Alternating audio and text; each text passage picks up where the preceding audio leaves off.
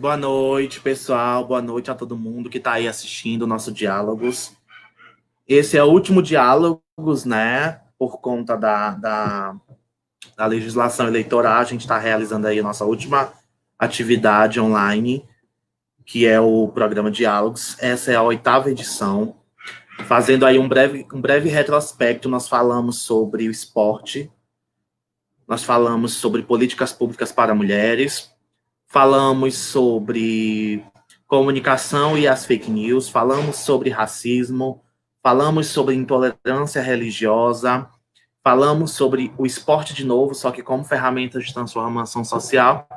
E hoje, claro, a gente não poderia estar encerrando esse diálogo se não fosse para falar de educação, e ainda mais do contexto em que o nosso país vem atravessando e toda a questão que envolve a renovação ou não do Fundeb, de um novo Fundeb.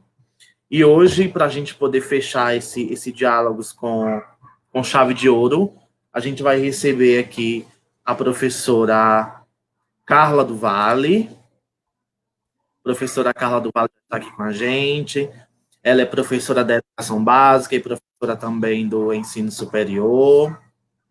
É pedagógica no Colégio Municipal de Aracati, mais uma escola de tempo integral no Aracati, o Colégio Municipal, certo?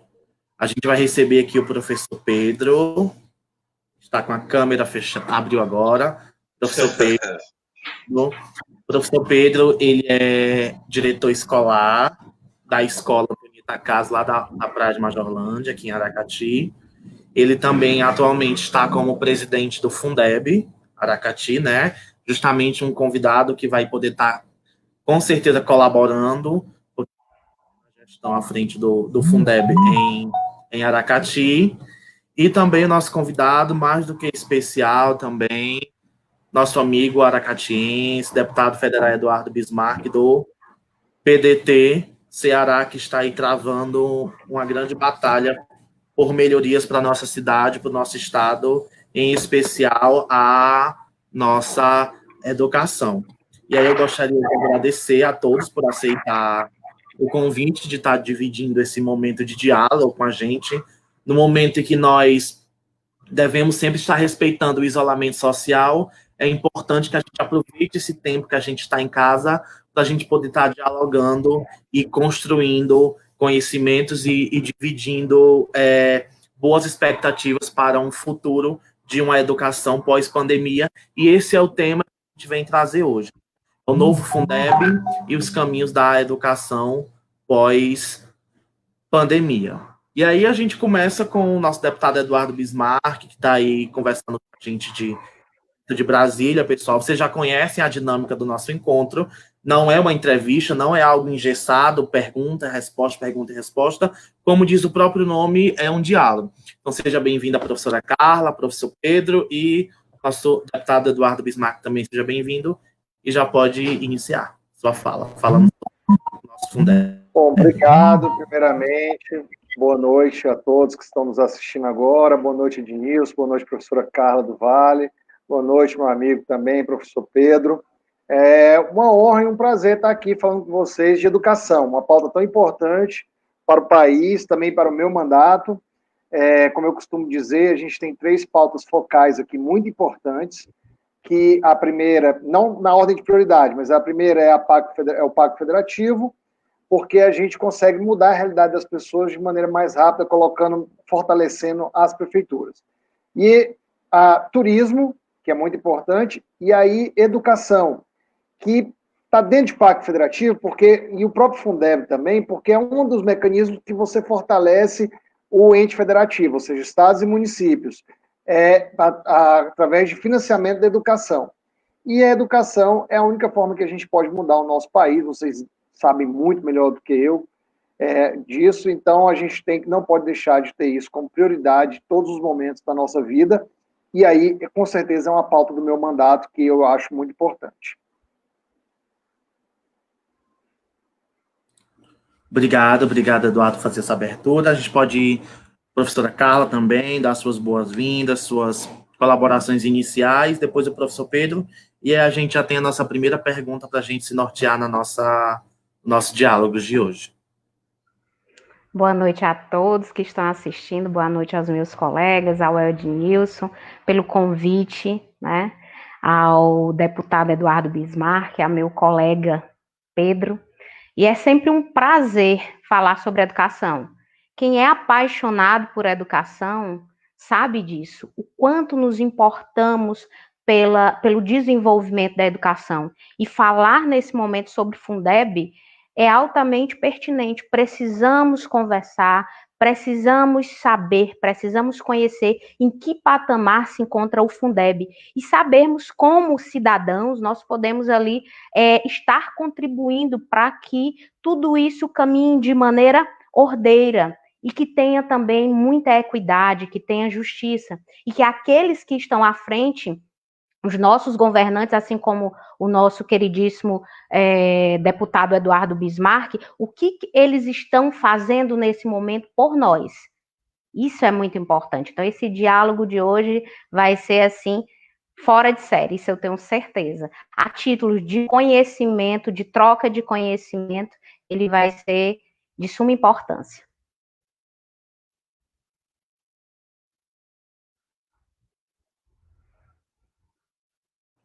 Professor Pedro, pode dar continuidade, viu? Pessoal, é dinâmico, não esperem eu dar o comando, não. Terminou, já vai e faz a fala, tá bom? Coisa boa. Primeiramente, boa noite a todos. Estamos livres, Pedro. Ótimo, coisa boa. Então, a educação é liberdade, né? Coisa boa. Isso, flexibilidade. Flexibilidade.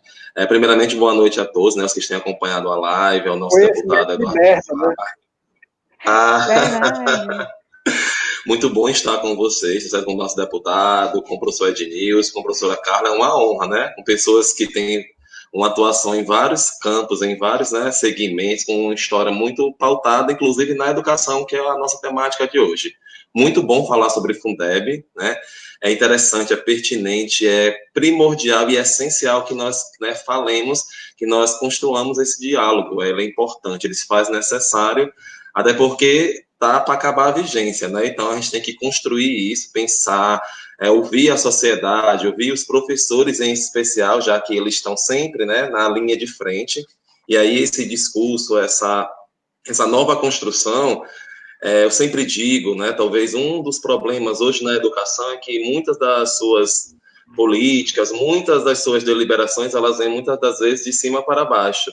E se faz necessário que os professores, nós, profissionais da educação, sejamos ouvidos para um Fundeb que contemple a todos os anseios, todas as diversidades que há dentro do contexto da educação. Também eu tenho um orgulho de estar aqui hoje como presidente do Conselho do Fundeb Municipal, representando os meus colegas, né, os pares do Conselho do Fundeb.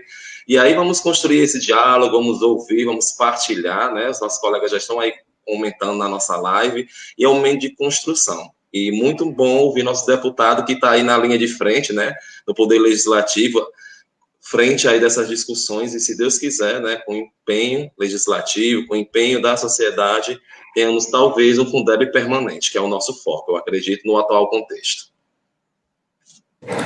Obrigado, pessoal, muito obrigado pelas explanações iniciais. E a gente vai começar, eu vi hoje uma marcha virtual, algumas pessoas de movimentos sociais, movimentos sindicais e movimentos ligados à educação, não consegui parar para ver, diante desse contexto de aulas, né, aulas remotas, que tanto nos tem nos consumido, nos adaptar a esse novo contexto. Eu vi algo, deputado, sobre uma votação, ou já aconteceu, ou está acontecendo hoje, de algo relacionado ao Fundeb.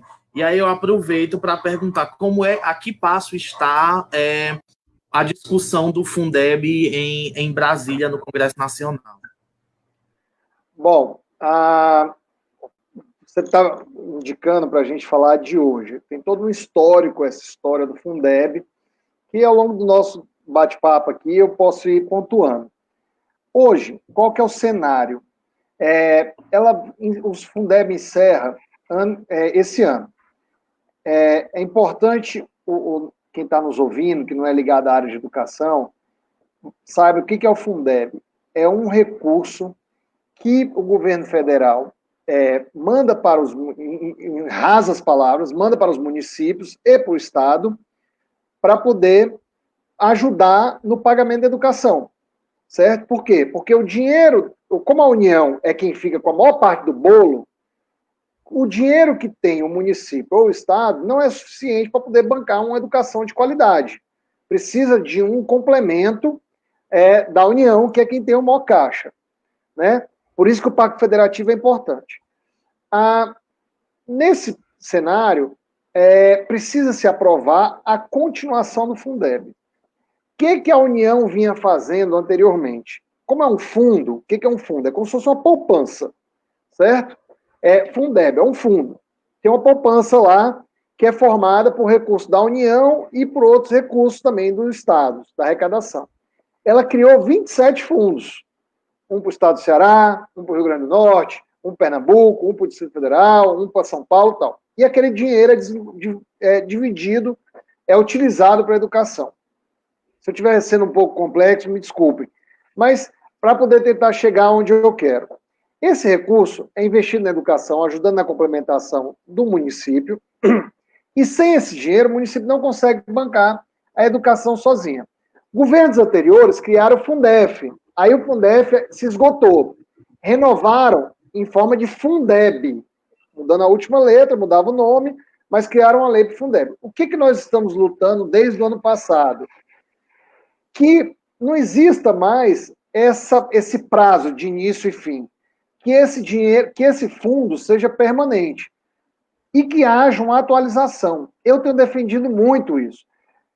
Quem tiver a paciência de recuperar isso aí nas minhas redes sociais, desde o ano passado, vai achar coisas disso. Por quê? Porque isso faz parte da pauta do Pacto Federativo, que é o que a gente quer mudar.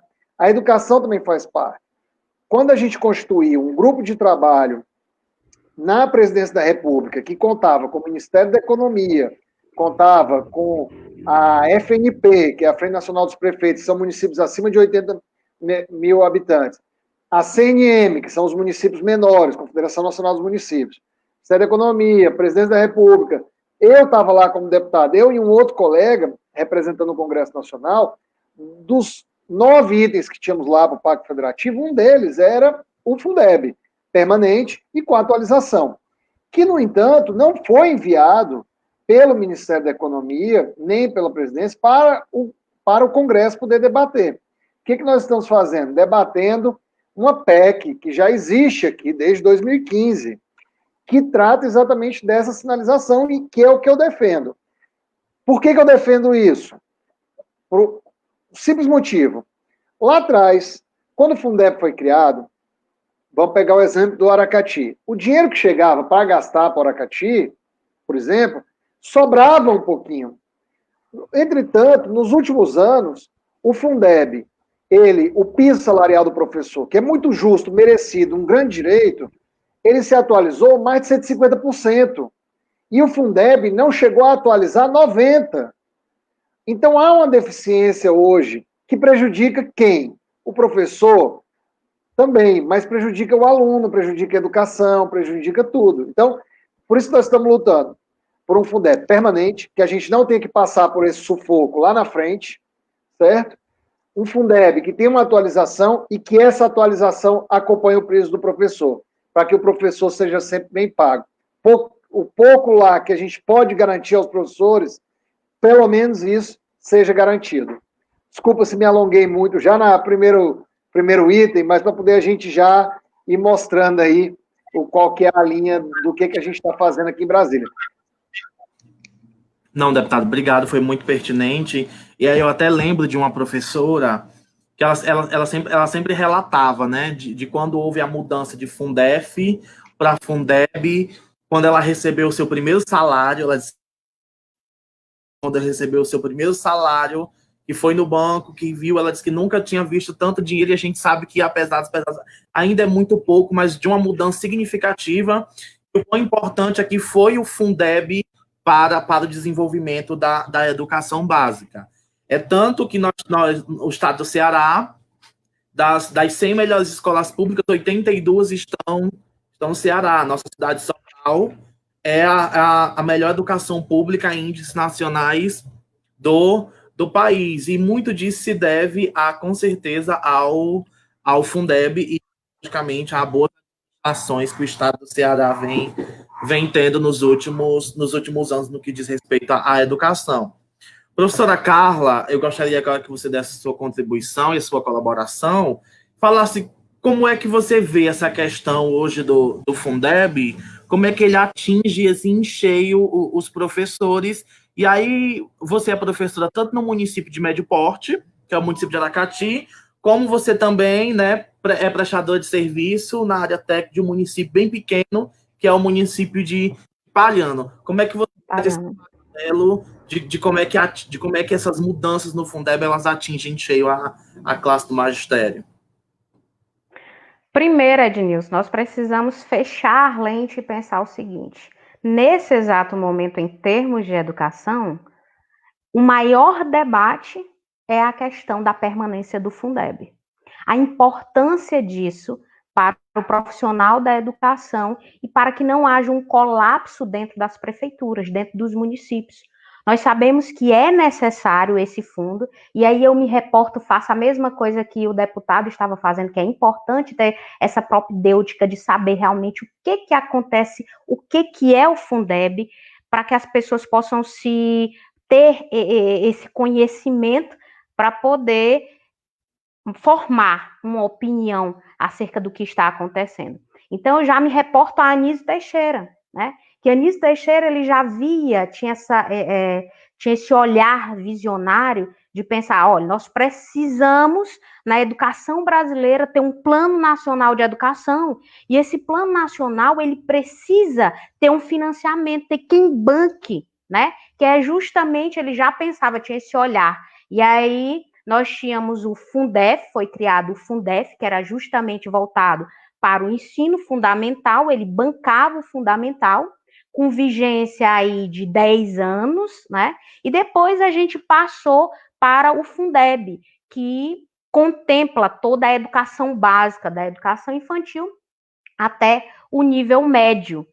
Hoje nós temos aí uma divisão desses valores, 60% para o pagamento do profissional da educação, que inclusive isso, se eu estiver enganada, deputado, o senhor pode até me corrigir, até essa questão de nomenclatura foi colocada no relatório da deputada Dorinha, né, que ela falou, olha, não só professores, profissionais da educação, em si são os profissionais da educação, né?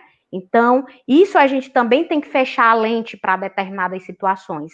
Vendo disso, nós temos mais 40%, mas hoje as prefeituras, elas utilizam mais de 60% dos seus valores. Inclusive, também está nesse documento, na PEC, está sendo colocado a ampliação, não só 60%, mas ampliar 70%, 80% para o pagamento dos profissionais da educação. E isso deve ser um dos grandes valores dentro de um documento, valorizar o profissional da educação. Se não valorizarmos o profissional da educação, seja numa cidade de grande porte, seja numa cidade de pequeno porte, estamos falando nesse momento de equidade na educação, principalmente em termos salariais do professor, a permanência do Fundeb nesse momento e uma permanência que ela não tenha vigência, ser realmente permanente, fazer parte, ser constitucional,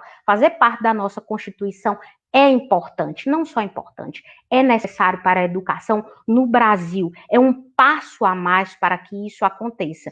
E essa valorização, ela deve acontecer o mais rápido possível, vamos ampliar aí todas as lentes voltadas para a contribuição de pensar o nosso profissional da educação, ele precisa ser mais valorizado.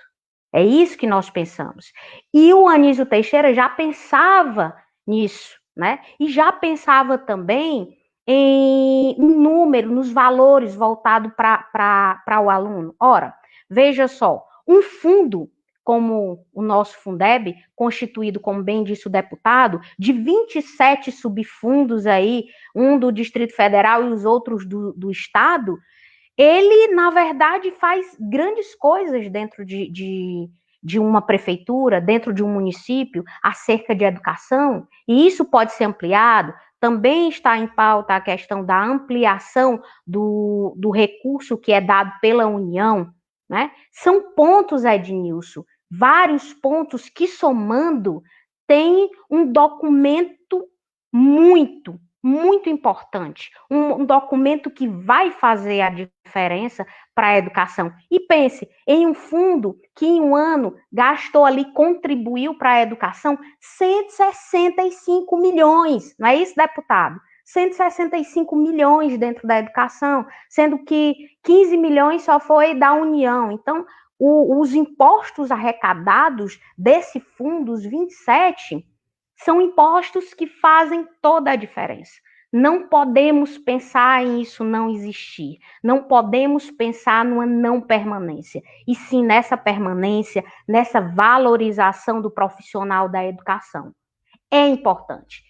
Seja isso para uma cidade, como você falou, Ednilson, uma cidade de grande porte, como o nosso município do Aracati, seja numa cidade de pequeno porte, como o Palhano, e outras mais que compõem o nosso Brasil. É importante essa equidade, é importante essa igualdade dentro da nossa educação. E nós temos que começar justamente por aí, estando a par dos nossos direitos enquanto profissionais da educação, estando aí sempre militantes, lutando, e estar também em consonância com os nossos governantes que estão do nosso lado, lutando por isso, como o deputado Eduardo Bismarck. Obrigado, professora, pela sua fala. E aí, você falou de um ponto muito importante, antes de eu passar a palavra. Não só do professor, né?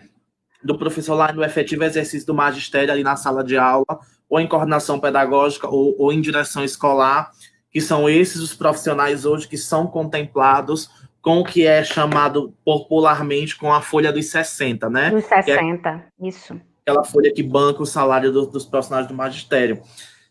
E a gente também lembrar, estou aqui num grupo de WhatsApp, que já há um monte de mensagem falando sobre a questão dos secretários escolares, né? E aí eu falo porque eu sou profissional de secretaria escolar, professor Pedro, da importância que nós, secretários escolares, temos nesse contexto de estatísticas e índices da educação. Porque todos os índices, todas as estatísticas, elas perpassam pelos secretários escolares. Quando você pensa que hoje numa escola, como por exemplo a escola que eu trabalho hoje, Escola Heriberto Porto, da Praia de Quixaba, gostaria até de mandar um abraço para toda a comunidade de Quixaba, eu tenho 213 alunos, é uma escola pequena, 213 alunos. Hoje o município de Aracati tem por volta de 12 mil alunos, só no ensino fundamental e na educação infantil, que aí o ensino médio fica a despesa pelo governo do estado. Nós temos 12 mil alunos, estou falando de uma escola de 213 alunos. E é a partir dessas informações e estatísticas que eu vou lançar para o Ministério da Educação, através do sistema Educacenso do INEP, é que o município de Aracati vai vir recurso para esses alunos. Então, também passando para reconhecer a importância desses profissionais, que são os técnicos em secretaria escolar. Eu já tinha comentado com o deputado Eduardo Bismarck em outra oportunidade, pelas redes sociais, da possibilidade da gente estar estudando uma criação de um piso nacional dos profissionais de secretaria escolar, que são profissionais que estão registrados no Código Brasileiro de Ocupações. Só antes da gente passar a fala, é importante lembrar que durante a gestão do prefeito Bismarck Maia, antes disso, não existia no Aracati concurso específico para técnico em secretaria escolar. Eram profissionais que eram concursados em outras funções e que tinham desvio de função para exercer a função de secretário escolar. Em 2017 e 2018, foi criada, através de lei enviada pelo Poder Executivo em Aracati, a função, o cargo de secretário escolar, e foi feito o concurso para secretário escolar, que inclusive eu e o professor Pedro fomos aprovados nesse concurso para técnico em secretaria escolar no município de Aracati, e falar da importância, né? A professora Carla aí citou Anísio Teixeira, e aí eu gosto sempre, eu sou apaixonado pela educação de tempo integral, inclusive estou concluindo uma pesquisa na área, e lembrar lá do Rio de Janeiro, durante os governos de Brizola, quando ele criou os CIEPs, né? Os Centros Integrados de Educação Pública, que foi um pontapé inicial para hoje no Aracati, mais de 30 anos depois, durante a nós temos as primeiras escolas de tempo integral que são contempladas com recurso a mais do Fundeb, né? A gente sabe que socialmente a escola de tempo integral ela desempenha um papel social mais forte e mais presente na vida desses alunos. Queria eu, como professor, que 90% das nossas escolas fossem de tempo integral. Imagina as crianças e adolescentes passando o dia inteiro na escola, com esporte, com arte, com educação, e é isso que vem acontecendo no Aracati. Nós temos a Escola Darcy Ribeiro, nós temos a creche Sá, agora temos o Colégio Municipal totalmente reformado, que é uma proposta inovadora de educação de tempo integral. Perdão por falar bastante, eu gostaria agora de passar a palavra para o professor Pedro dar suas colaborações. Imaginemos, no caso, uma educação sem Fundeb, né? Então, nós vamos imaginar um município sem obrigações de Estado e até mesmo o governo federal sem atribuições diretas sobre, por exemplo, o piso do magistério, aplicação, por exemplo, de no mínimo 60% em folha de profissionais da educação, no geral, em aplicar no mínimo 25% de todos os recursos na educação. Então, muitas pessoas pensam que o Fundeb ele atinge somente aos profissionais da educação, em específico os professores, mas na verdade ela atinge um efeito dominó. Ela irá atingir a todos que fazem parte do contexto da escola. Em especial, como o próprio deputado falou, ao aluno, já que nós temos um valor, por exemplo, o aluno que é repassado, né, usando como o professor Ednilson falou aí, usando sempre a referência do censo do ano anterior. E aí a gente vê, e o Ednilson falou, e eu como secretário escolar hoje, né, efetivo do município, né, estou hoje em direção de escola, mas sou professor e também secretário escolar efetivo do município. Nós vemos a importância desse profissional também dentro do contexto da educação, porque a esse profissional, a ele é dada a obrigação e a missão de lançar essas informações. E essas informações interferem diretamente em repasse, porque nós vamos imaginar que não é só lançar o aluno no censo, por exemplo, é informar se o aluno, por exemplo, é da modalidade regular ou não, se o aluno é um aluno com deficiência, se é um aluno da educação integral. Então, tem vários contextos de alunos que vai interferir diretamente no valor aluno, porque tem vários tipos de valor aluno e quem, né, a gente tem um pouco mais de propriedade, a gente sabe disso. E aí, essa indicação através do censo é que vai interferir no ano seguinte nesses recursos.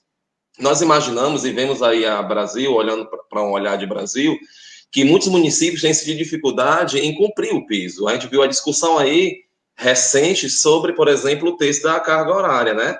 A gente viu que foi votado aí, os juízes votaram, por pouco esse planejamento, esse espaço, esse tempo para planejamento, ele foi, né, por pouco, né? A gente disse que a gente teve uma pressão social, e aí a sociedade, as políticas, assim como essa política do Fundeb, que é uma política pública, e aí tem que ficar claro que, por ser uma política pública, ela atinge a todos os segmentos e a educação é a base da nossa sociedade.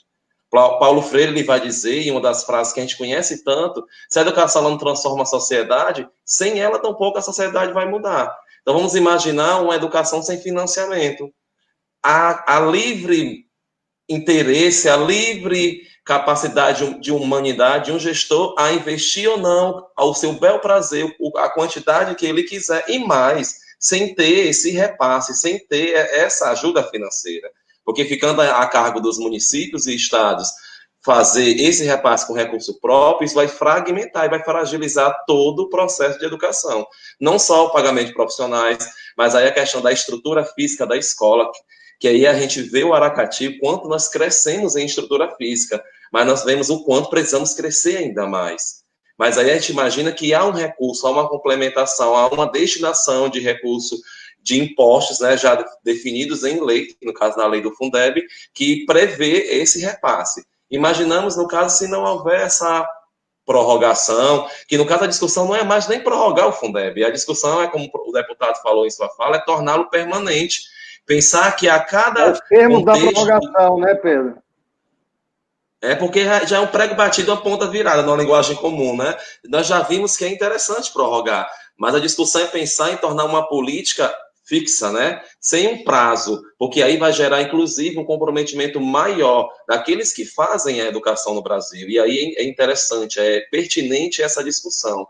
Eu hoje estou na função de presidente de um conselho, e aí nós vemos a atribuição deste conselho, por exemplo, isso a nível municipal, mas a nível estadual e federal. Os próprios conselhos que têm essa função de fazer esse controle social, sem o Fundeb, por exemplo, como é que eles vão controlar? Não fica sem sentido a função de um órgão controlador. Fica sem sentido a sociedade controlar esses recursos, já que aos governantes vai ficar livre o investimento, por exemplo. Nós pensamos enquanto professores, nós não vamos ter, por exemplo, mais um piso anual, né? E aí toda a vida é a briga, é a lamúria, né? Aracati, graças a Deus, nós não temos enfrentado esse embate, né? Porque os gestores, né, e o prefeito têm sempre dado o valor do piso, mas muitos municípios passam a longo prazo brigando e questionando o piso. Isso eu estou falando de piso, valor mínimo, não estou falando de valor máximo. Porque poucos municípios, poucos estados, eles têm investido esse recurso integralmente na educação. Por exemplo, o estado de Minas Gerais, ele investe 100% dos recursos do Fundeb para pagamento de profissionais. E a parte de infraestrutura, de manutenção do ensino, que seria a parte dos 40%, eles investem com recurso próprio, né? Nós estávamos, a semana passada, fazendo uma avaliação do investimento do município a nível Fundeb, e o prefeito, por exemplo, cumpriu e pagou mais de 63% em pagamento profissional. Então, nós cumprimos a lei mínima, né? E, inclusive, ultrapassamos. Pedro. E é interessante que essa política, né? Pode falar, professor. Pedro, é interessante até falar quando você ressalta que foi cumprido, e foi cumprido com louvor, porque os professores, além de tudo, existem as capacitações, que você sabe que também está dentro do Fundeb, está dentro desse escopo, a questão da capacitação do professor, porque não adianta só dar aquele salário, tem que dar também subsídios ao professor para que ele venha a desenvolver um trabalho com qualidade dentro de sala de aula. Então, o município do Aracati, como outros municípios menores, município de Palhano também e outros do Vale, eles também têm essa preocupação não só de fazer valer o dinheiro do profissional, mas também de capacitá-lo para ele estar dentro de uma sala de aula com plenitude do que ele está fazendo. Então, o município do Aracati também tem essa preocupação não só no salário do professor, mas na capacitação dele, para que ele possa estar capacitado e estar dentro de uma sala de aula. Professora Carla, essa valorização, né? Incorporando. Isso. Essa valorização, ela é uma parte do geral, que é a financeira, né? Quando nós falamos em valorização do magistério, nós falamos, por exemplo, num ponto que os professores falam muito, que é a estrutura física das escolas, é suporte pedagógico, é material de apoio pedagógico. Então, tem muitos contextos que interferem, inclusive, na saúde, numa coisa que a gente fala muito hoje, nas competências socioemocionais, né? Falado no contexto de aluno e falado que deve ser desenvolvido com seus profissionais. Então, valorizar, como algumas pessoas pensam que é só o vencimento que aquele profissional recebe no final do mês. E nós temos que pensar muito além, porque isso é pensar pequeno, né? Isso é pensar micro, né? Valorização da educação é pensar em todas as partes, todos os ingredientes, todos os componentes desse bolo, porque a educação, vamos dizer que é um bolo, é a parte maior, mas aí tem a cereja, então vamos pensar sempre que eu acredito, né? Por exemplo, hoje nós temos uma autoestima elevada.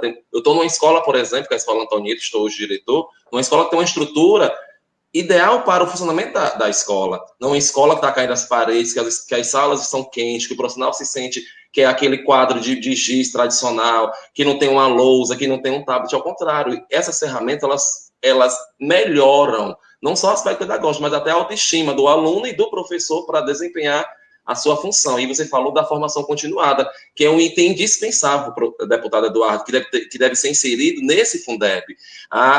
Que isso não seja opcional formar o seu corpo de profissionais da educação. Isso seja um requisito indispensável nesse novo Fundeb, que essa formação ela não seja, por exemplo, algo isolado. Muitos municípios eles não investem em formação continuada dos seus professores.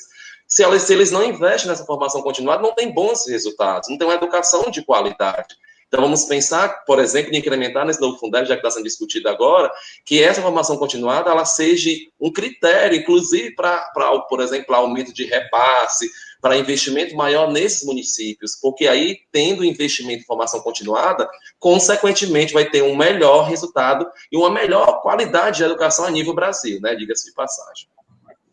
Obrigado, e a Pedro. gente precisa... Só um minutinho, Ednilson. A gente precisa pensar assim, olha, a gente precisa pensar o seguinte, o próprio Fundeb, ele abraça e já está no que pode ser utilizado em termos de recurso, né? Nós temos aí a formação continuada, faz parte, sim, dos 40%. O material, que você acabou de falar também no material escolar, na estrutura das escolas, tudo isso o Fundeb, ele financia. É para que quem esteja assistindo tenha a dimensão da importância do Fundeb para dentro da educação no Brasil. A minha fala no início era, existiria um colapso nos municípios com a falta do Fundeb. E é isso que iria acontecer, um colapso geral, porque muitos municípios eles não poderiam nem teriam como financiar a educação básica. Não teriam. Então, seria um colapso geral. Importância do Fundeb para dentro da educação. Ele já importância fora do normal. Né, professor? Isso. Nós precisamos ampliar. Com certeza. Professora, existe essa discussão do Fundeb, eu estou aqui acompanhando os comentários no Facebook, né? E o Everton Castro, que é advogado aqui em Aracati, ele fala muito sobre a questão do dono da chave, né? O Eduardo falou muito bem no seu início. É onde fica a maior parte do bolo, que é no governo federal, e aí foram criados esses subfundos para poder auxiliar os estados e municípios na execução da educação. E aí, antes de passar a bola para o deputado Eduardo, como é que está sendo essa discussão no Congresso Nacional, sendo que, infelizmente, nós temos um Poder Executivo Federal que está sendo muito, muito omisso nas discussões da renovação do Fundeb, ou da prorrogação, ou de um fundo constitucional permanente. Está sendo muito complicado fazer essa discussão com os diversos problemas que nós estamos enfrentando, principalmente quando a gente fala de educação no contexto das atribuições e competências do governo federal. E assim, nós estamos atravessando um momento difícil que nós enquanto cidadãos e cidadãs, temos que compreender que o Congresso Nacional é a representação legítima do povo brasileiro. Dentro do Congresso Nacional está a diversidade de representações, de pensamentos, de práticas, de projetos que representam o povo brasileiro. Quando você tem parlamentares comunistas, ele representa pessoas comunistas. Quando você tem parlamentares que representam a educação como prioridade, está representando uma classe que tem esses ideais. Então, o Congresso é a representação do povo brasileiro e a gente é preciso aproveitar esse espaço de diálogo para a gente poder dizer que o Congresso ele precisa, sim, ser atuante, que, em hipótese alguma, o Congresso não pode ser atacado. A gente não pode permitir que numa democracia a gente veja aí faixas de pedir o fechamento do Congresso. É por isso que eu acredito que é por isso que a gente precisa investir na educação. A gente precisa investir na educação e que ela seja não só uma ferramenta, mas que ela seja um caminho de transformação social, desde a educação básica até a educação superior. Que a gente tenha uma educação libertadora para a gente poder não estar discutindo coisas que há alguns anos atrás não cabia nós estarmos discutindo, porque nós vivemos e temos que continuar vivendo numa sociedade democrática. Tá? E aí, deputado, acho que deu para compreender antes lá a minha pergunta, como é que está sendo essa atuação do Congresso, você enquanto parlamentar da educação, que vem fazendo uma defesa, e aí, se possível, falar também sobre a Unilab, né, que é uma conquista grande para o município de Aracati, uma universidade federal na nossa cidade. universidade. E aí eu gostaria que o senhor pudesse dar essa colaboração. Bom, deixa eu te falar aqui também para todo mundo. Como é que está o Fundeb? A votação. Hoje, por coincidência, a gente fez, desde a pandemia, a gente está fazendo todas as sessões remotas aqui na Câmara. Eu tenho estado aqui no plenário constantemente. Maioria dos dias eu fui praticamente o único deputado da minha bancada, do PDT, a estar em plenário, porque os outros tinham os seus motivos de não estar. Não estou me julgando melhor do que ninguém, nem dizendo nada, simplesmente porque eu optei por vir com a minha família para Brasília, sair do Ceará, vim para cá, mantive eles aqui e vinha de casa para o plenário para casa, tomando todos os cuidados. Bom, mas hoje nós fizemos a primeira sessão de debates da Câmara, porque antes a gente estava só deliberando. E o parlamento é também debater, é você conversar, dialogar, explicar aquilo que você quer. Vocês são professores, sabem que parlamento é de parlar, né, do latim. Então, aqui a nossa função é falar. E hoje, coincidentemente, na minha fala, eu cobrei a votação do Fundeb. E falei, olha, depois que a gente votar a prorrogação do auxílio emergencial, depois que a gente votar, eventualmente, uma proibição do uma proteção maior para que o dinheiro chegue nas pessoas do auxílio emergencial, eu não vejo nenhuma outra pauta mais importante, ainda que Covid, que não seja a votação do Fundeb. Coincidentemente, logo depois, mais ou menos, menos que uma hora depois, o Rodrigo Maia deu uma coletiva dizendo que, em julho, ele votará o Fundeb. Então, isso está na rota do Congresso, da Câmara dos Deputados. Esse material estou até preparando para colocar na minha rede social, já vocês vão ver. E, de fato, é o que eu penso. Acho que o que a gente precisa votar agora? Nós já votamos, porque aqui a gente fez um acordo que votaria tudo que fosse pauta Covid. E apenas aquilo que é emergencial e que não é Covid está sendo votado. Eu não conheço nenhuma outra pauta nacional mais urgente do que o Fundeb para as próximas obras. Então, essa será para os próximos dias. Então, isso será votado. Obviamente, desculpa, a gente tem que votar o adiamento da eleição ou não, né? E aí o Ednilson até falou, essa aqui talvez seja minha última live, estamos fechando, mas se prorrogar aí mais 42 dias, todos os prazos serão prorrogados, porque ele tem intenção de ser candidato, ele é pré-candidato, precisa confirmar isso na convenção, né? Com certeza uma excelente liderança, um excelente quadro que dignificaria muito aí o nosso parlamento municipal. Bom, então essa votação deve ocorrer em julho. O relatório da professora, o projeto é da professora Raquel, que era do Goiás. Eu conheci ela, tive a oportunidade de conhecer quando eu militava em juventude, de partido, e ela é uma excelente técnica na área de educação. Eu tenho certeza que ela apresentou esse projeto, essa PEC, em 2015, com todo carinho do mundo. E a professora Dorinha, que é uma outra grande militante da educação, que é a relatora.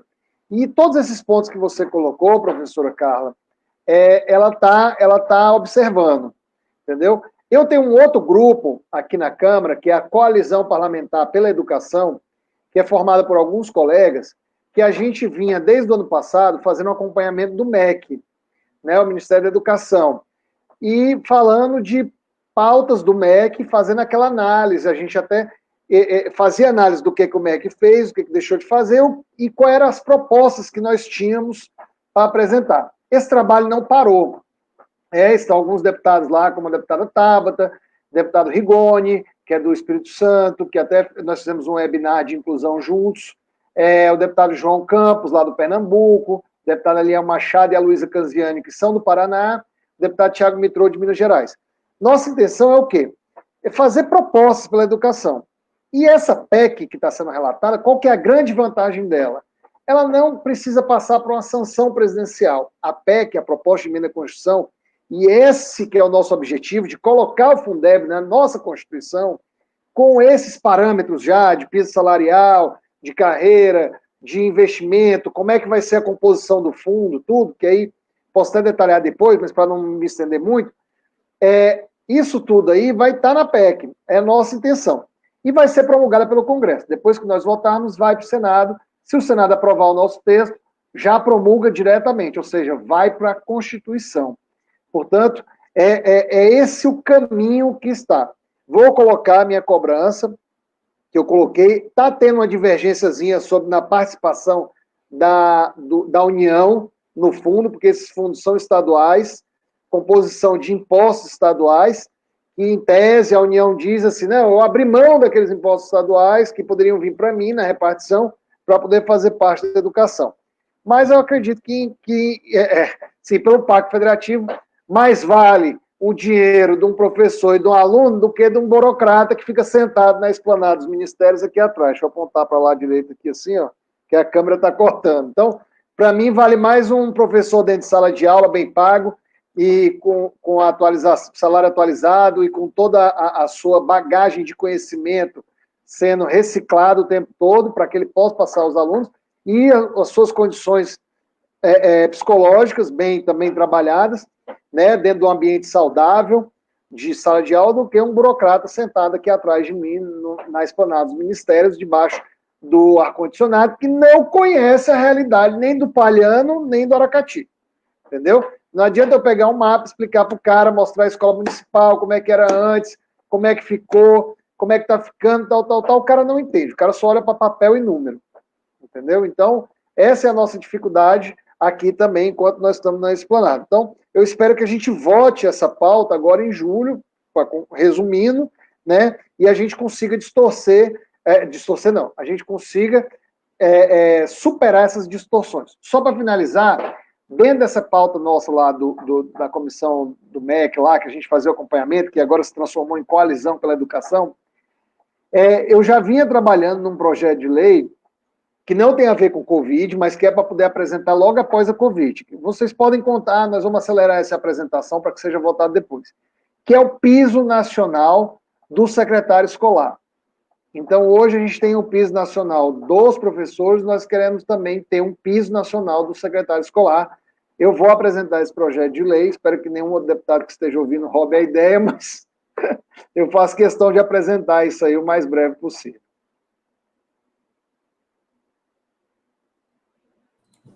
Obrigado, Eduardo. E olha que você deixa muitos profissionais de secretaria escolar felizes, principalmente no município de Aracati, eu, professor Pedro, principalmente agora que existe um quadro de profissionais efetivos, graças a um concurso público que não havia há mais de 20 anos em Aracati. Só para a gente exemplificar o que é isso, o último concurso público Aracati, quando aconteceu, eu tinha 2 anos de idade, estava ainda dentro das fraldas, né? Para você ver o quanto que nós ficamos pelo caminho e agora estamos aí avançando. E aí, deputado, acho que esqueceu de pautar na sua fala sobre a Unilab, né? É uma conquista para o município de Aracati, e eu gostaria que o senhor pautasse sobre a Unilab. Bom, a Unilab, qual que é o passo que nós estamos? É a Universidade Federal, certo? Ela está sediada hoje em Baturité, e a gente, em Redenção, desculpe, que é no maciço de Baturité. Baturité é uma cidade, mas também é conhecida a região ali de Redenção, Acarape, Baturité, tudo como maciço de Baturité. Bom, a gente conseguiu, nessa luta pela educação, nós fizemos um acordo que eu consegui construir entre o município de Aracati e a Universidade Federal. Ela tem o mesmo valor que um UFC, que a UFC, que a UFRJ, tal. Ela é uma universidade federal como todas as outras. A gente conseguiu um acordo que foi assinado ano passado, vocês lembram, para que a Unilab venha para o Aracati não só como polo EAD, mas que ela venha como campus. E nós estamos trabalhando para isso. É uma missão árdua, é uma missão difícil, porque a gente depende não só da nossa boa vontade, não só de recursos financeiros que eu estou angariando dentro do orçamento da União, obviamente, mas a gente depende também da boa vontade dos gestores para poder aprovar. Eu espero que esse próximo MEC seja um MEC menos ideológico e mais profissional. Acho que a gente perdeu muito com a educação ao longo dos últimos tempos. Algumas coisas avançaram, mas muitas outras ficaram perdidas em debates necessários. E a Unilab, e por que eu estou falando isso? Porque a Unilab, ela é um exemplo de gestão, ela pode ser uma federal pequena, mas ela é um exemplo de gestão para o resto do país. E ela vai trazer cursos ela já ofertou alguns cursos, que os editais estão valendo, e ela vai ofertar cursos que já estão no projeto, que são cursos presenciais, que são voltados para o mercado profissional. Ou seja, eles estudaram lá quais eram os melhores cursos para oferecer e que não tinham no Ceará, para que pessoas de todo o Brasil tivessem interesse em passar naquele vestibular, lembrando que metade das vagas são para alunos internacionais, mas que pessoas de todo o Brasil têm interesse de ir para o Aracati, morar, fazer residência. Além de todas as pessoas que mudariam para a nossa cidade, que desenvolveriam, abre a chance também do nosso conterrâneo aracatiense e de toda a região do Vale do Jaguaribe, Jaguaruana, Palhano, Itaiçaba, ou até Litoral Leste, Capuí, Beberibe, enfim, para não precisar mencionar todo mundo, entrem também na faculdade e possam cursar e depois, futuramente, empreenderem no próprio município. Então, o cara que vai estar lá fazendo engenharia portuária, engenharia aeronáutica, amanhã ele pode estar montando uma empresa, criando uma patente, abrindo ali ao lado do aeroporto, para poder tudo isso criar um círculo virtuoso de voos, de aeronaves fazendo manutenção e tudo mais. É esse o ambiente de negócios que a gente precisa para desenvolver. Essa Unilab aí, ela vai ser, na hora que ela estiver implementada, e tudo tem um começo, tudo na vida a gente tem um começo, e um projeto tão grandioso desse, o começo é de grão em grão mesmo, entendeu? Quando ela estiver implementada, isso vai ser o maior avanço dos últimos tempos, eu acredito, no nosso município, da nossa região. A faculdade federal aí. O ponto que ela está hoje, dando aqui para vocês em primeira mão, depois o prefeito pode até ficar bravo, que eu estou adiantando isso aí, que provavelmente ele gostaria de estar falando aqui, mas o prédio já está pronto. Nós vamos receber o reitor, muito provavelmente na semana que vem, para poder ele fazer a vista com a sua equipe, para poder fazer a vistoria final e autorizar o funcionamento do polo EAD, que é o primeiro ponto antes da gente criar o campus. Então, é uma notícia em primeira mão que a gente está dando aqui, a gente tem dialogado bastante, e eu acho que esse vai ser o maior legado do meu mandato como deputado federal, vai ser a Unilab para o Aracati, os aracatienses e a região do litoral leste do Vale do Jaguaribe. Se eu tivesse que escolher uma única coisa para poder fazer até o final do meu mandato, até o final dos meus dias, enquanto Eduardo Bismarck na Terra, seria a implementação e a continuidade da Universidade Federal na nossa cidade. Deixa eu só fazer uma contra. Pode falar, Pedro. O Eduardo estava falando aí da Unilab e eu me informei no polo da UFC que até então havia aqui em Aracati, né? Tinha um polo e hoje não tem, né? E eu me lembro que a época, o quão difícil é esse pensamento de gestão. Quando falo pensamento de gestão, é num sentido macro, né? Local, e aí é externo, né? Como o pensamento do deputado, que aí soma ao pensamento do executivo municipal, e aí torna isso um sonho e uma realização para aqueles que não têm condição financeira de cursar um nível superior pago, no caso que eu fiz pela UFC. Na época eu não tinha um polo aqui em Aracati. E aí o pensamento do Eduardo não é de ter um polo, é de ter um campus, né? Eu acho interessantíssimo esse pensamento sempre avante, porque pensar em educação também é pensar avante. E pensar que Aracati já teve perfil para receber um campus, e por não ter esse executivo, de poder executivo, esse campus foi para uma outra cidade, por exemplo. Porque, na verdade, quando já se tem um polo, já se tem meio caminho andado para o pensamento de se instituir um campus dentro do local, né? Dentro do ente. E aí, parabéns, deputado, por ter esse pensamento, esse cuidado. As pessoas não percebem a importância, muitos ainda não perceberam a importância, mas eu, como aluno de uma universidade pública, no caso, e de família pobre, de mãe assalariada, que vivia de um salário mínimo, né, para sustentar uma família, vejo a importância desse acesso, dessa educação pública de qualidade, porque quem conhece a Unilab sabe do respaldo que essa instituição tem a nível não só estadual, mas nacional. Ela tem um respaldo, inclusive, e o meu pensamento reforça aqui, deputado, que no futuro a gente pense em ter os nossos mestrados aqui. para a nível municipal em educação municipal, isso vai acrescentar no contexto do que aquilo que a gente tem feito a nível municipal, em resultados, em educação de excelência, de qualidade. Então, deixa aí até esse pensamento, esse sonho, acrescente esse sonho aí junto ao seu, de no futuro a gente abrir, né? Me permita aqui, Ednilson, só poder complementar, o reitor me falou até uma vez, o reitor Alexandre, que era muito mais fácil, depois que tivesse implementado o campus, colocar a parte de pós-graduação e mestrado do que até os cursos mesmo, entendeu?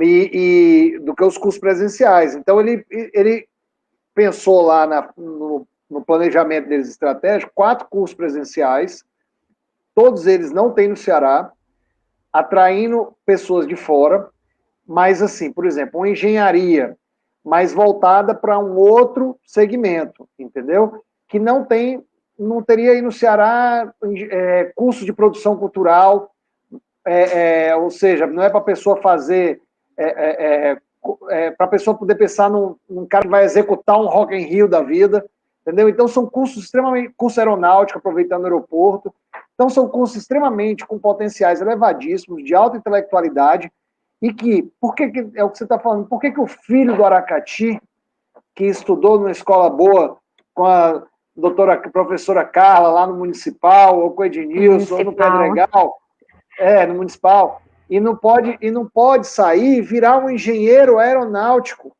numa parceria com o ITA e com o IME, que é o que a gente está tentando.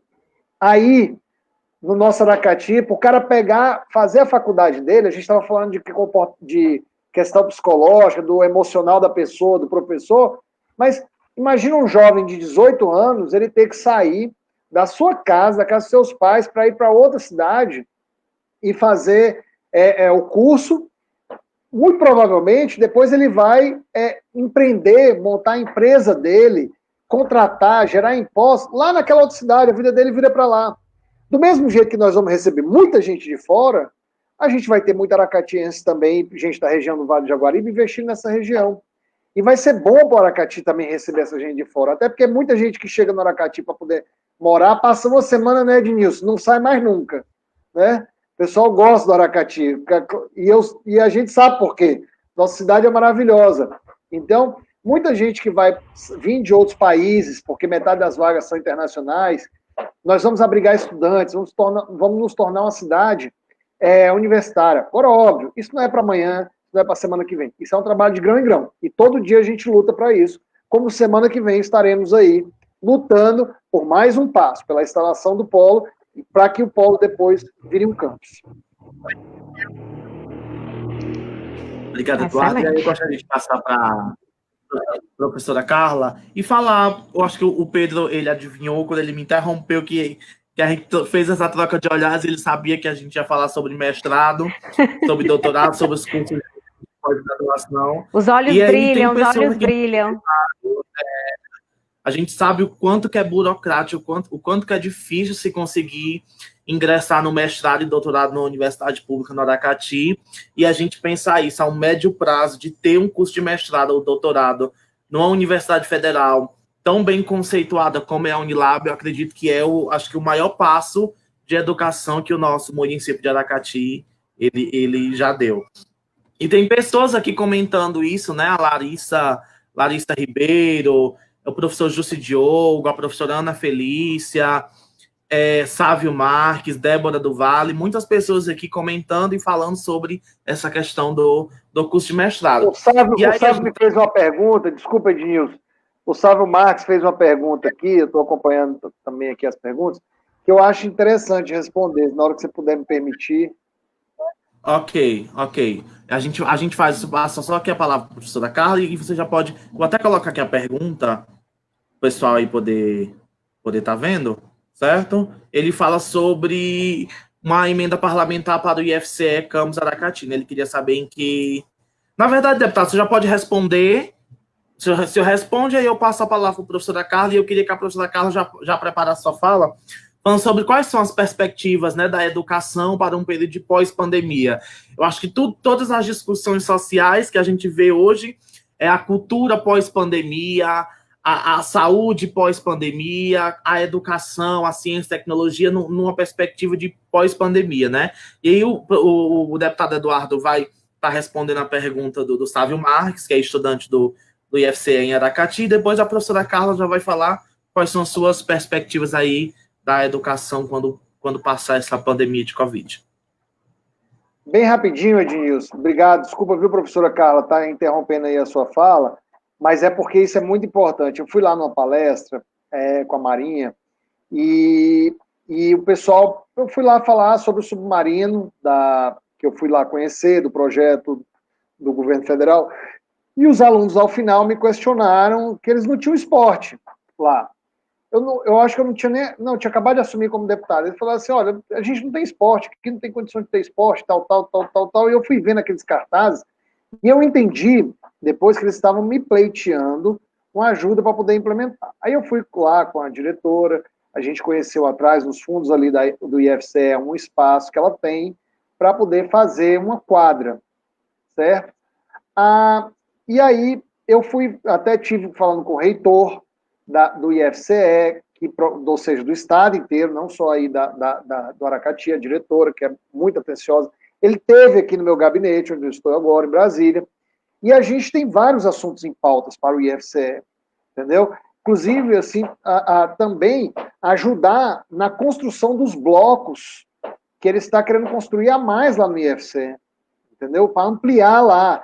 Isso é uma pauta de longo prazo, tá? Mas, lá naquele dia, eu me comprometi com a quadra. Dificilmente eu me comprometo com alguma coisa, mas lá eu me comprometo assim, de falar, vou prometer isso tudo, alguma coisa, porque a gente depende de muita coisa dos outros, de implementação, de tudo. Isso será no começo do mandato. Aí, eu falei, olha, eu só vou ter orçamento para o ano que vem. Me comprometi com a quadra lá. Quando o reitor esteve aqui, que quando a gente foi ver os valores da quadra, a gente viu que, se a gente fizesse a obra pela prefeitura, que tem feito outras quadras em outras localidades, seria muito mais barato e mais ágil. Por quê? Porque a PEC 48, que eu fui presidente da comissão no ano passado, ela permite eu transferir o recurso para a prefeitura. E se eu mandasse pelo IFCE, que eram os recursos de bancada, primeiro que nós trocamos todos os recursos de bancada para Covid. Né? Eu já teria que ficar por outro ano. Só que eu mandei o recurso para a prefeitura. O recurso dessa parte, como veio a pandemia, todos os recursos que foram liberados foram só saúde. Os recursos para investimento, para obra, tudo não foram liberados, mas vão ser, porque são impositivos. Então pode ficar tranquilo.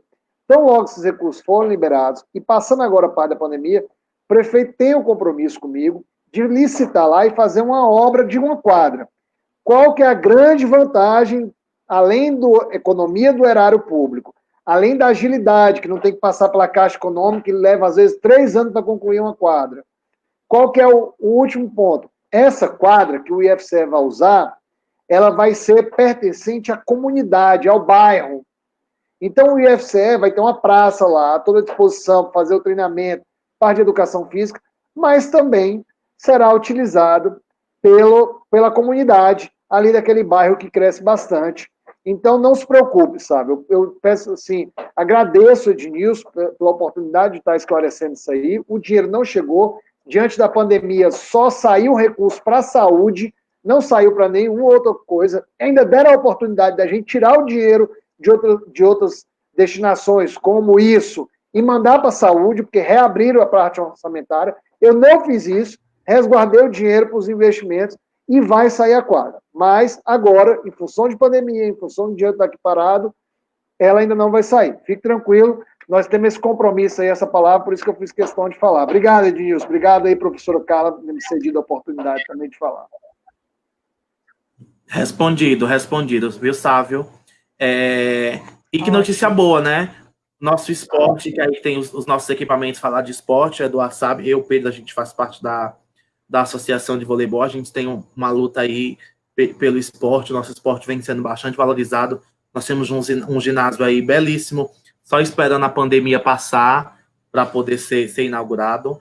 E aí, professora Carla, é com você, o que é que a gente espera, o que é que nós esperamos, essas tecnologias, essas plataformas, esses modelos de educação, atrelados à tecnologia, que inclusive é importante a gente ressaltar que essa tecnologia ela já se faz presente no município de Aracati, com as louças digitais, com os tablets, com internet em 100% das escolas. E aí, mas como é que hoje o StreamYard, que é a plataforma que eu uso para fazer essa transmissão, o Google Meet, o Zoom, como é que fica a educação pós-pandemia nesse contexto das tecnologias? Eu sempre digo assim, Ednilson, olha, grandes catástrofes, elas aceleram processos. De uma hora para outra, nós acordamos e tivemos que trabalhar 100% com a tecnologia. E isso eu falo em termos educacionais. Nós já falávamos a todo momento em capacitações, em formações, e serem introduzidos dentro da sala de aula a tecnologia. Dentro do Aracati, cito a escola que eu trabalho, que é a Onélio Porto, conhecido como municipal, uma escola de ponta, uma escola altamente sofisticada em termos educacionais, preocupação do prefeito, preocupação da gestão, entendeu? Uma escola em que nós temos lousa digitais em todas as salas, nós temos quadros 360 graus e várias outras coisas que fazem com que a educação ela seja assim uma educação de qualidade, ela tenha uma estrutura de qualidade. Então, nesse processo, sempre se falava dentro das formações, das capacitações de professores, pós-graduações, graduações, que o professor do século XXI, ele deveria ser um professor atualizado, que se desse, estivesse e andasse ao lado das novas tecnologias. Só que nós sabíamos que isso acontecia, mas de uma forma um tanto quanto sensível, né? Sensível. E de uma hora para outra, o professor, ele teve que se adaptar a essa nova situação, né? Trabalhar randomicamente. Nós enquanto profissionais aqui, nós tínhamos as nossas reuniões presenciais. Eu sempre tive muitas reuniões, sempre participei, mas nunca tão dessa maneira, remoto, a todo momento, utilizando webconferências, do mesmo jeito os professores. Então, esse momento de catástrofe, né, que foi essa pandemia geral, ela acelerou aí um grande processo, o processo tecnológico. Nossos professores, eles se adaptaram de uma maneira fora do normal. Eu já sou fã, sou professora, né, então eu tenho que... Então, assim, já sou fã dessa profissão, que é ser professor, e digo sempre, um professor, ele nunca, jamais vai ser substituído por máquinas, porque professor tem essa capacidade de adaptação, né? Jamais as máquinas, os algoritmos, nada vai substituir o professor, por essa questão de adaptação. Os professores se adaptaram a uma situação diferenciada, a uma situação randômica, nunca vista, e que, na verdade, trouxe grandes satisfações para dentro da própria educação. É lógico que nós precisamos aí galgar um grande caminho, porque nós temos a falta de acesso para alguns alunos, isso faz parte. No mundo inteiro aí nós temos apenas 60% total de acesso à internet, né? Então, nós temos também que ver isso. Agora, pós-pandemia, o que devemos fazer? Momento de reduzir danos, né? Nós temos que pensar na redução de danos. Em lados educacionais, pensar o que nós vamos fazer quando o nosso aluno que entrou em sala de aula, temos 2 pontos. Aquele aluno que participou das aulas remotas, muito bem direcionadas aqui, por sinal, no município do Aracati, muito bem direcionadas, todas as instituições trabalhando de vento em polpa, né? Trabalhando diariamente, estando ali as horas-aulas sendo cumpridas. Então, eu digo, o que fazer com aquele aluno que teve aquela aula remota, teve o acompanhamento, e o que fazer com aquele aluno que não teve, de fato, o acesso? Então, o momento pós-pandemia é um momento de redução de danos. E aí as escolas, os municípios, as secretarias de educação, o próprio MEC, né, outros órgãos, como os Todos pela Educação, que sempre vem trabalhando, sempre vem postando excelentes artigos, condutores de informações para os profissionais da educação. O que fazer com esse aluno? O que fazer nesse momento? O primeiro momento é de diagnosticar o aluno. Chegou em sala de aula, voltou de uma maneira muito equilibrada, que até essa volta tem que ser muito bem vista em questão de saúde mesmo, em questão de ter um aparato para a saúde do nosso alunado, para as famílias.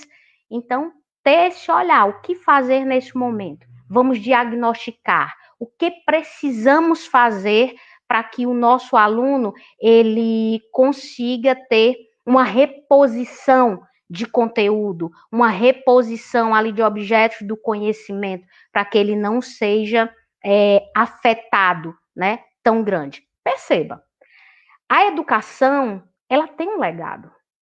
A pandemia não apaga o legado da educação. Tem pessoas que já vêm assim, não, mas o ano acabou. A educação tem um legado. O legado da educação não pode ser acabado com a simples pandemia. Eu digo simples pandemia no contexto de educação, porque a educação ela é muito maior. É lógico que a pandemia foi algo catastrófico, mas a nossa educação tem um legado muito grande. Então, não é uma pandemia que vai acabar com o legado da nossa educação. Vamos ter que ter um olhar muito mais especial, é um momento de reduzir danos, é um momento de alinharmos conceitos, concepções, alinharmos estratégias, principalmente, para que juntos, município, Estado, Ministério, todos, consigam galgar um caminho que o nosso aluno, a família do nosso aluno, sintam-se ali abraçados e que possa ser reduzido, sim, esses danos, né? Várias estratégias. E aí nós estamos pensando, Ednilson, em muitas estratégias. Todas as escolas já estão pensando, as secretarias de educação, o governo em si já pensa, a título de Conselho Nacional de Educação, já vai pensando, as próprias CREDs dos municípios, trabalhando com os formadores dos municípios, né, para haver um repasse de estratégias. Não estamos mais trabalhando com dias letivos e assim com hora-aula, e, consequentemente, nós vamos ter aulas extras, nós vamos ter contraturno, vamos ter ampliação de horário, e tudo isso, junto a outras estratégias, vão fazer com que a retomada das aulas, as crianças, os adolescentes, os jovens e as famílias percebam que a educação, ela vai sim conseguir ultrapassar tudo isso, essa situação tão difícil que nós estamos vivendo. E digo sempre, olha, em meio às nossas imperfeições, porque tudo isso aqui que aconteceu pegou a todos de surpresa, a todos. Todos estão se adaptando em qualquer tipo de situação, qualquer tipo de profissão, em qualquer tipo não é educação, não é só educação, é saúde, é social, é tudo. Estamos em adaptação. Eu sempre digo, em meio às nossas imperfeições, 7 é melhor do que 0.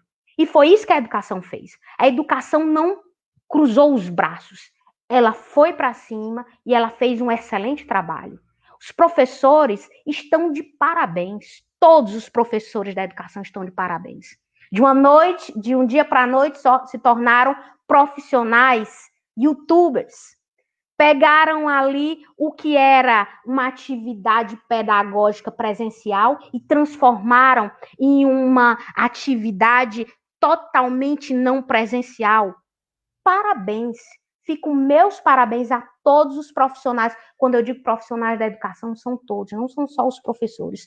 Todos os profissionais da educação se doaram ao máximo. E é lógico que em meio às nossas imperfeições, 7 é melhor do que 0. E lembrem-se, a educação tem um legado. E esse legado não vai deixar de existir. Obrigado, professora. A professora Carla fez uma fala bem interessante. Ela falou do município de Aracati. Como é que o município de Aracati ele reagiu de forma tão rápida a pandemia, né? E antes de passar aqui a palavra para o Pedro fazer as suas considerações finais, e a gente fica com o deputado Eduardo, é interessante, viu, Eduardo, que duas escolas no Aracati particulares, escolas da rede privada, elas anteciparam as férias para o mês de abril, porque não tinha tido condições a tempo hábil de se desenvolver uma plataforma de educação remota. Que é interessante a gente pautar que é AD, educação à distância, não é uma modalidade permitida para a básica. Nós estamos vendo uma educação remota, algo excepcional para um período de pandemia. Que aí a gente vai pegar discursos aí aproveitadores de pós-pandemia querer legitimar a ideia do homeschooling, e a gente sabe o quanto isso é perigoso. Sabe o quanto isso que é uma perigoso. Coisa que eu sou absolutamente contra. E aí... Eu até assinei uma frente parlamentar aqui pelo homeschooling um dia passaram pedindo aqui, acho que depois a gente até pediu para retirar a assinatura, porque foi por engano, assim. Totalmente contra o homeschooling. Da forma como estavam propondo lá na frente, né? Por isso que eu digo que houve esse equívoco ano passado, mas já bendita educação domiciliar, né? E aí, assim, precisa ter um olhar. Professora, porque o município de Aracati, com menos de uma semana de pandemia, através de uma experiência que ela foi pioneira na escola de Majorlândia, de educação remota, o município de Aracati desenvolveu uma plataforma de educação remota que hoje é acessada por todos os alunos, passando pela creche, da pré-escola, os anos iniciais, até os anos finais, lá no 9º ano, existe conteúdo na plataforma que foi desenvolvida pelo setor de TI da Secretaria de Educação. Isso é muito importante, né? E cabe pautar que foi uma experiência que iniciou na Escola Antonieta Carlos em Majorlândia, depois migrou para o Colégio Municipal de Aracati, não foi assim? E a partir daí criou-se o Boom, que foi uma plataforma. E o município de Aracati, diferente de outros municípios, não antecipou férias, como algumas escolas privadas fizeram. Por quê? Porque rapidamente a gestão municipal da educação, com a ajuda dos profissionais, dos professores, conseguiram dar uma rápida resposta de como fazer uma educação remota, que não é o ideal, mas é o que a gente pode fazer dentro desse contexto de educação que nós estamos vivenciando, né? É importante para manter o vínculo também, né, Edilson? De professora Carla, por mais que às vezes aquele conteúdo tenha que ser reforçado mais para frente e tal, é importante para poder o aluno manter o vínculo com o professor, com a escola, com a rotina, tudo aquilo lá, né? E aí, Pedro, as suas Deputado, eu acho que... Ednilson, desculpa, só pegando o gancho da fala do deputado. Eu acredito... Olha, deputado, eu acho assim, nunca a família esteve tão junto à escola como nesse momento. Agora, nós temos um enlace muito maior, sabe? Da família e a escola. Da família e a escola, porque a família ela está muito mais próxima, a família ela está vivenciando as aulas, a família está auxiliando nesse momento, ok?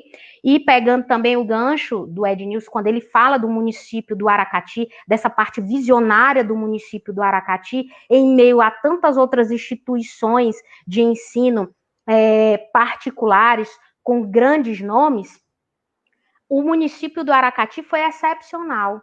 O colégio municipal, no mesmo dia, já foi ali, os professores, todo mundo, o núcleo gestor, no mesmo dia, já foi feita toda uma articulação para abraçar aqueles alunos em tempo integral. Porque o nosso caso ainda era um caso particular, diferenciado, né? Vamos supor aqui um exemplo. O Pedro tem a sua escola, né, muito bem direcionada, que é a Antonieta Carlos. Inclusive, já trabalhei como professor na Antonieta Carlos, na comunidade de Majorlândia, uma comunidade maravilhosa. e uma escola maravilhosa, com ótimos professores, ele tem uma realidade. A realidade dele não é a realidade do colégio municipal, que ali nós temos uma escola em tempo integral.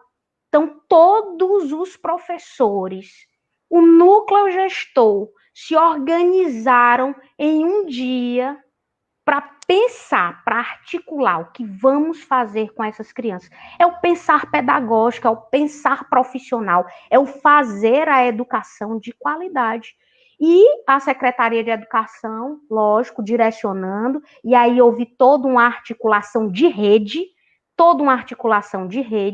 muito bem liderada pela secretária de Educação, Ana Mello, que eu tiro o chapéu para essa secretária de Educação, assim como para o meu secretário também de Educação, Antônio Fernandes, da cidade de Palhano, que teve também o mesmo olhar, e fizeram um trabalho excepcional, que Ednilson, comparado, pega o gancho, comparando já com o que você comparou, que algumas instituições de ensino, já consideradas grandes, com nomes grandes particulares, não fizeram. E nós estamos até agora. Vamos entrar no dia 30 de férias, mas com o coração aliviado, porque o trabalho ele foi feito. E muito bem feito. Um trabalho corpo a corpo. Então, de parabéns, viu, professora Carla? Vocês realmente da rede toda aí, tá? Parabéns, foram muito ágeis, realmente. E a gente tem recebido muitos elogios lá das mães que tiveram um pouco de desconfiança e até teve muita gozação nesse sentido, né? Eu vi o desespero lá em casa também, quando começou, mas depois a importância disso foi muito grande. Só poder fazer um registro, a gente vai voltar semana que vem, está aí no meio claro, está no meio de outras pautas aí, como adiamento de eleição e Fundeb, a gente deve voltar à MP 934, que trata justamente, medida provisória 934, que trata justamente das medidas excepcionais para a pandemia da educação, ou seja, para a gente cravar que é realmente só na época da pandemia. A relatora é a deputada Luísa Canziani, que é do Paraná, que foi uma daquelas, acho que 8 deputados que eu mencionei da nossa coalizão lá, e que está recebendo sugestões nossas também no texto. E ela é muito competente, vai fazer o texto muito bem. Pedro, e aí e é isso que nós esperamos, um bom direcionamento, que nos auxilie, né? Ednilson, o pessoal aqui fala muito, viu, Ednilson? E a gente já tá finalizando, porque finais vai fechar aqui, porque ó, eu acho que a gente nunca se reuniu tanto, nunca se comunicou tanto. Eu acho que nesse momento de pandemia, através das webconferências, das videoconferências, né? Daqui a pouco a gente tem aí uma outra atividade interna para debater sobre o dia 28 de junho, que é o Dia, né, Internacional do Orgulho LGBT.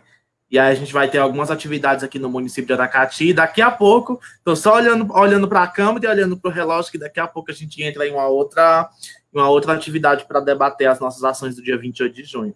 E aí, Pedro, a professora Carla falou da perspectiva do docente, né? E aí, como é que fica a perspectiva do gestor escolar, do diretor? Como é que o diretor escolar fica sabendo que a primeira semana de agosto, viu, deputado? A primeira semana das aulas em agosto no município de Aracati, ela já está planejada. Ela já está toda planejada. A primeira semana de aulas remotas, possibilidade daqui para lá a gente não conseguir retornar, por exemplo, presencialmente. Primeira semana de agosto já está planejado. Pedro, de forma assim, breve e sucinta, qual é a perspectiva do diretor, do gestor escolar para essa educação pós-pandemia? Assim como qualquer funcionário, demais profissionais da educação, nós gestores tivemos que nos modernizar também, né, professora Carla?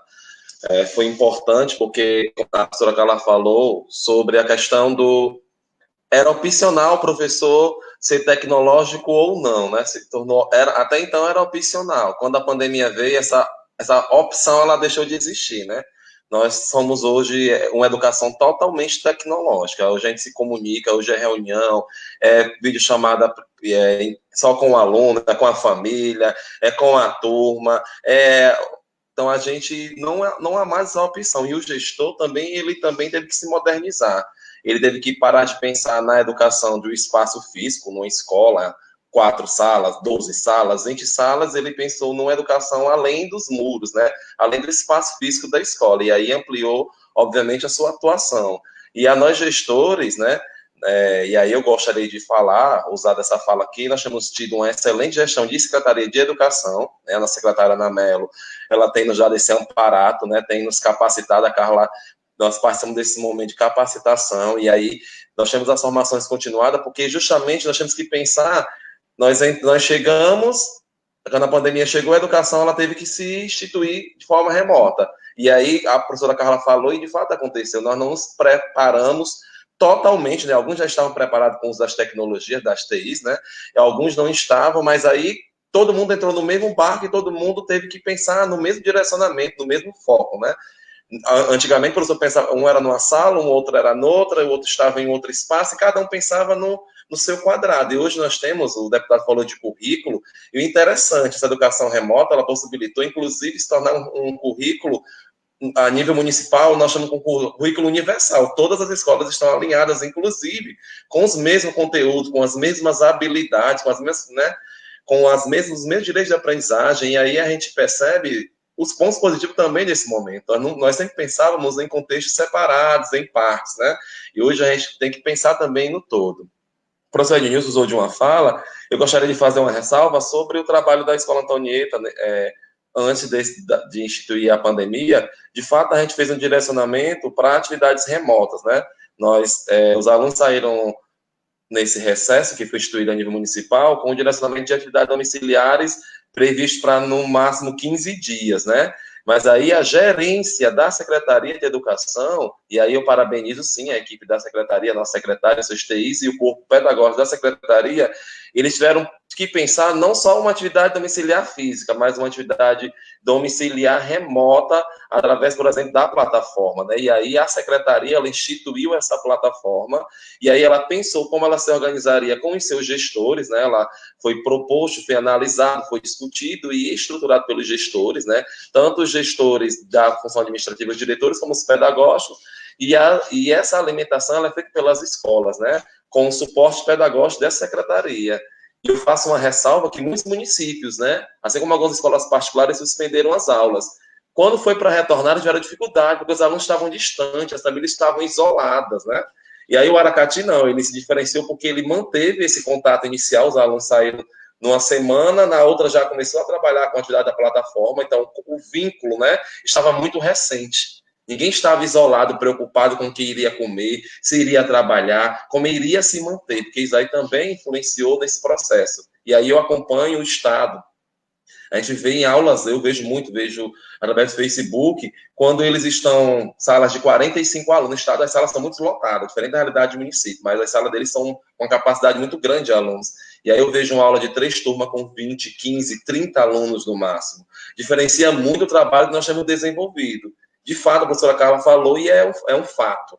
Muitos alunos não têm tido acesso, talvez, a essa tecnologia, mas a gente diz, muitos alunos, no geral, se torna pouco, porque a gente implementou de uma forma e deu esse suporte, manteve esse elo que as famílias, né, que em um momento eles não estavam com internet, com dados móveis para acessar, hoje elas estão, elas percebem o quanto esse trabalho tem sido diferenciado a nível municipal, a qualidade daquilo que nós temos desenvolvido, né? A família, a professora Carla foi muito feliz na fala.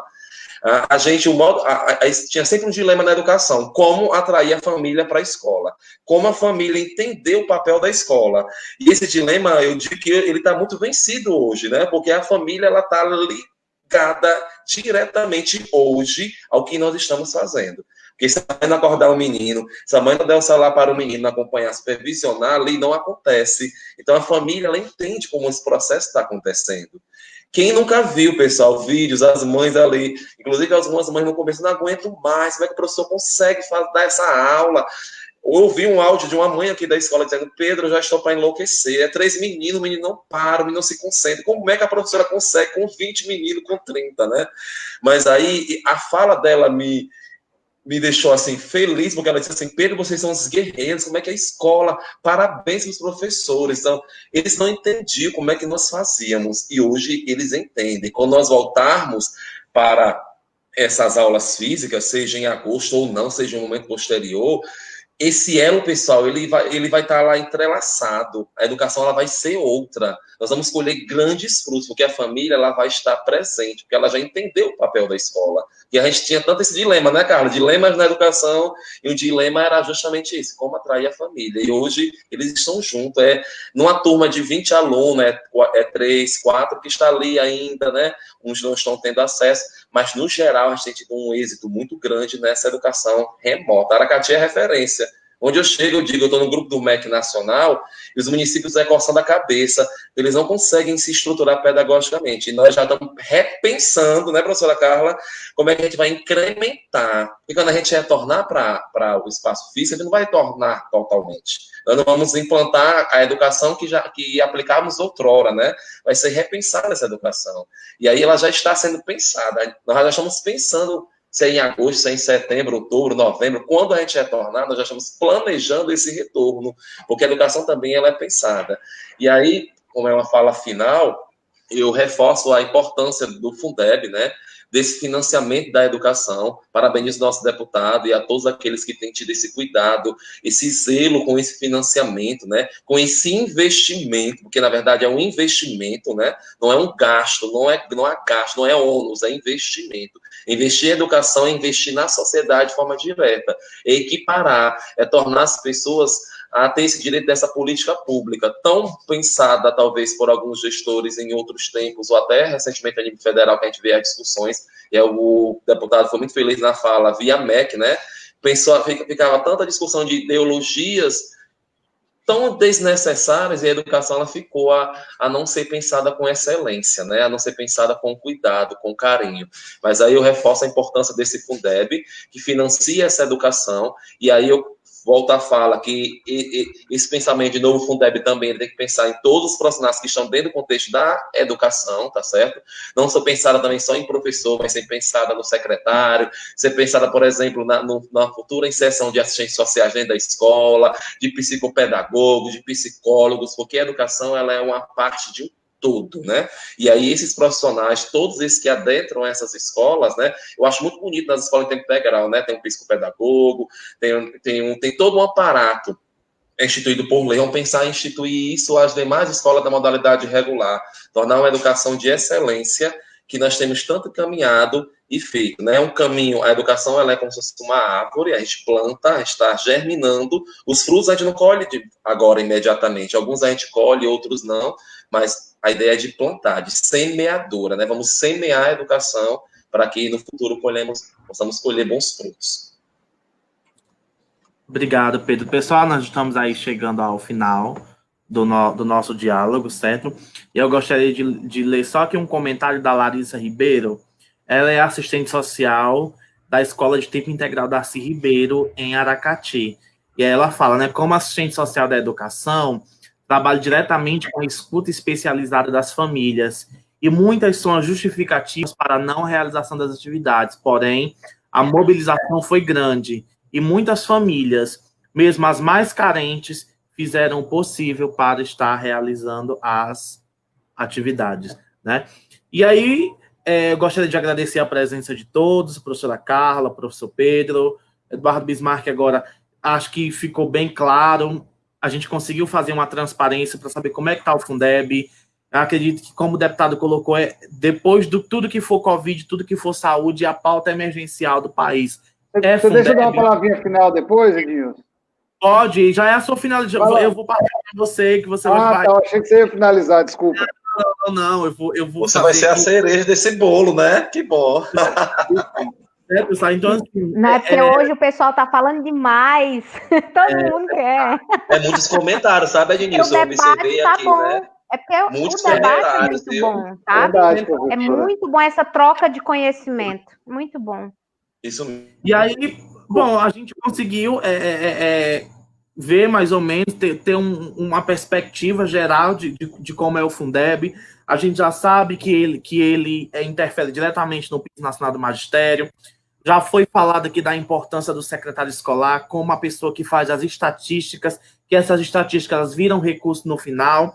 As secretárias escolares aqui de Aracati já estão felizes, porque elas já sabem que o deputado Eduardo o deputado Eduardo Bismarck vai apresentar esse projeto do Piso Nacional dos secretários escolares, e agora o nosso deputado vai fazer a sua fala aí de finalizar esse momento, que foi um dos momentos mais que a gente pôde absorver mais conhecimento de todos os 8 diálogos que a gente realizou aqui. Falar de educação sempre é algo que emociona e sempre é algo que a gente tem que pautar como prioridade. E aí o deputado vai, acho que, fechar com chave de ouro.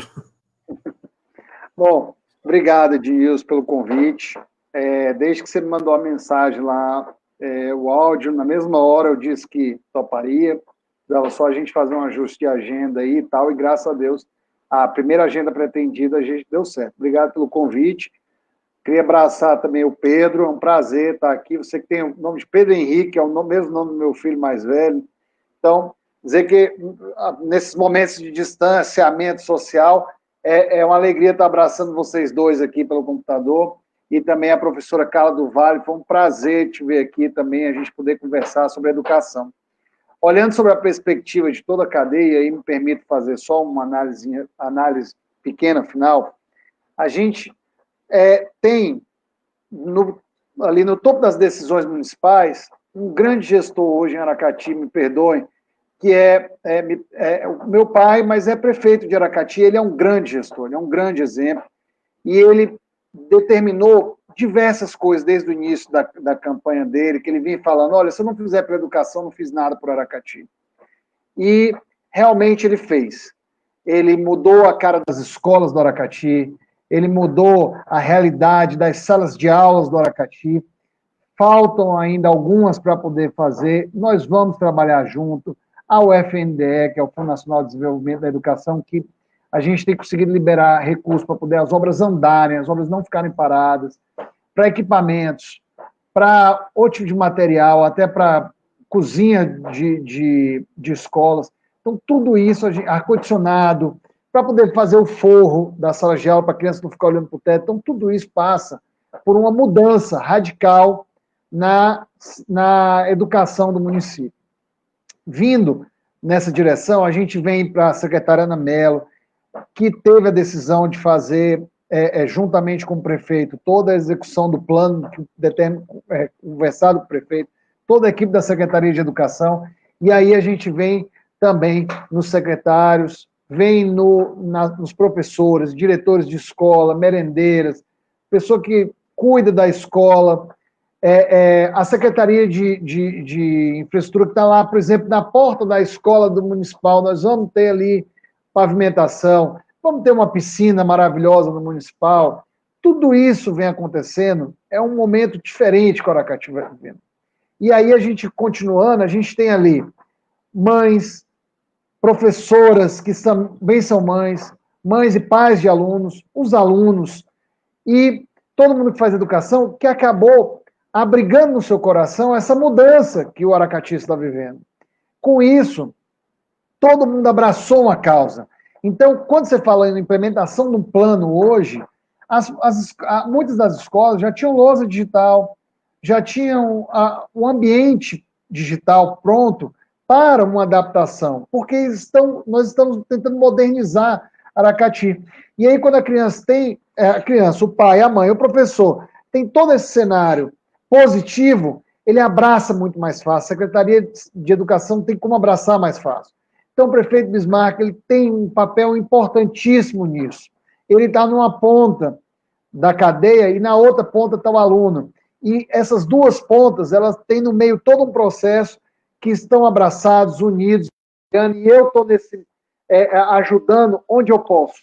Eu, humildemente, tento aqui de Brasília, e um dos motivos de eu ter vindo para cá, tomar essa decisão de estar aqui, é de estar próximo nesse momento difícil, que está todo mundo sem saber para onde ir, a gente tentar dar um norte, estar aqui cobrando, não adianta a gente estar de longe. Então, nesse momento de pandemia. Então, parabéns, prefeito Bismarck, parabéns, secretária, parabéns toda a equipe da secretaria, parabéns, professores e todas as equipes das escolas, e parabéns, alunos e pais de alunos.